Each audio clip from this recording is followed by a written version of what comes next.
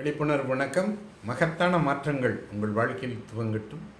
இன்றைக்கு மனங்களை வெற்றி கொள்வதற்கான நுட்பங்கள். ஏனென்றால் மனிதர்களுடைய மனங்களை வெற்றி பெற்றால் மட்டுமே நம்மால் வாழ்க்கையில் வெற்றி பெற முடியும். வாழ்க்கையில் வெற்றி பெற வேண்டும் என்பதே மனிதர்களுடைய மனங்களை வெல்வதில் தான் இருக்கிறது. நிறைய பேர் எந்த இடத்துல என்ன பேசுகிறோன்னு தெரியாமல் நம்ம பேசிவிடுவதனுடைய விளைவாக சில சிக்கல்கள் ஏற்பட்டுவிடும். அது குறித்த விழிப்புணர்வு தகவலை உங்களுடன் பகிர்ந்து கொள்ள விரும்புகிறேன். முதல்ல உங்கள்கிட்ட எதிர்த்தாப்பில் யார் பேசுகிறாங்களோ அவங்களுடைய ஈகோ என்று சொல்லக்கூடிய அவங்களுடைய சுய மரியாதை அப்படின்னு பேரில் அவங்க வச்சுக்கிட்டு இருக்கிற அந்த ஒரு விஷயத்தின் மீது நீங்கள் எந்த சூழ்நிலையிலும் ஒரு தாக்குதல் நடத்தி விடாதீர்கள். அவர்களுடைய ஈகோவை நீங்கள் பாதிக்கிற மாதிரி, அவர் ஒரு பெரிய ஆள் நினச்சிக்கிட்டு இருப்பார், நீ ஒரு சாதாரணமான ஆளுங்கிற மாதிரி நம்ம சொல்கிறதோ, அல்லது அவங்க ஒரு சிறப்பான நபர்னு நினைக்கிற இடத்துல அவங்க ஒரு சாதாரணமான நபர் போல் நம்ம நடத்துவதோ அவருடைய ஈகோவை மிகப்பெரிய அளவில் பாதிக்கும்.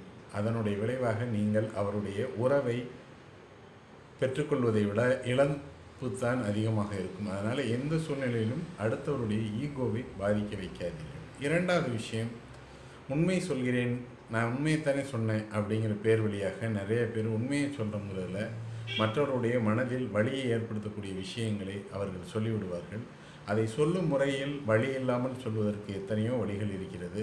திருவள்ளுவர் சொன்னதைப் போல கனி இருக்க காய் கவர்ந்தற்று அப்படிங்கிற மாதிரிய வார்த்தைகளை நாம் பயன்படுத்தாமல் மிக மென்மையான வார்த்தைகளை பயன்படுத்துவது, எவ்வளவு கோபம் வந்தாலும் ஆத்திரமான வார்த்தைகளோ அல்லது வலியை ஏற்படுத்தக்கூடிய வார்த்தைகளை பயன்படுத்துவதில்லை என்பதை உறுதிமொழியாகவே ஏற்றுக்கொண்டு நாம் எந்த இடத்திலும் நம்முடைய கோபத்தை நம்முடைய கட்டுப்பாட்டை விட்டு விடாமல் பார்த்து கொள்வது, இது இரண்டையும் செய்து கொண்டு வந்தாலே நிச்சயமாக உறவுகளை நாம் மிக தெளிவாக ஏற்படுத்தி கொள்ள முடியும்.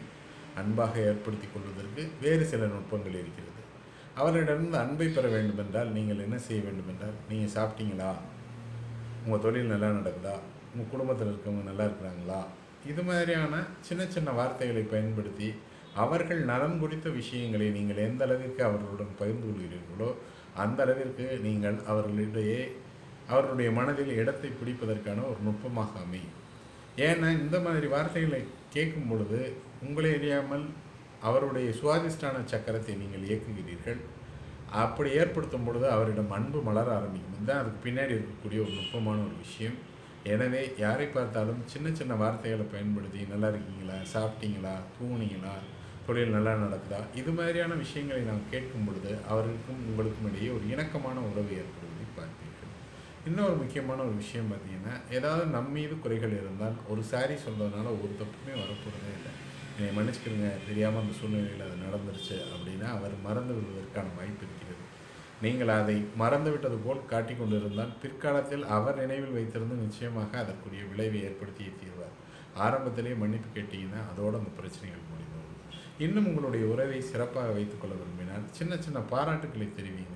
நீங்கள் இந்த சிறப்பாக செஞ்சீங்க, இந்த விஷயம் சிறப்பாக இருந்துச்சு, இந்த உணவு சிறப்பாக இருந்துச்சு, அல்லது நீ படித்தது சிறப்பாக இருந்துச்சு, அதுபோல் சின்ன சின்ன அன்பளிப்புகள் கொடுத்தல், இது போன்று நாம் செய்து கொண்டு வரும் பொழுது மனிதர்களுடைய மனங்களை நாம் அவர்களுடைய மனங்களில் இடம்பெற முடியும். அப்படி இடம்பெறுவதன் மூலமாகத்தான் நம்முடைய வாழ்க்கையில் மகத்தான மாற்றங்களை ஏற்படுத்த முடியும். மனித மனங்களில் இடம் பிடிப்பதே மகத்தான வெற்றிக்கு அடிப்படை என்ற தகவலை பதிவிட்டு உங்கள் அனைவருக்கும் செல்வமும் செல்வாக்கும் பெறட்டும். நாளை ஒரு அற்புத தகவலுடன் உங்களுடன் தொடர்பு கொள்கிறேன். வாழ்க வளமுடன். நன்றி, வணக்கம்.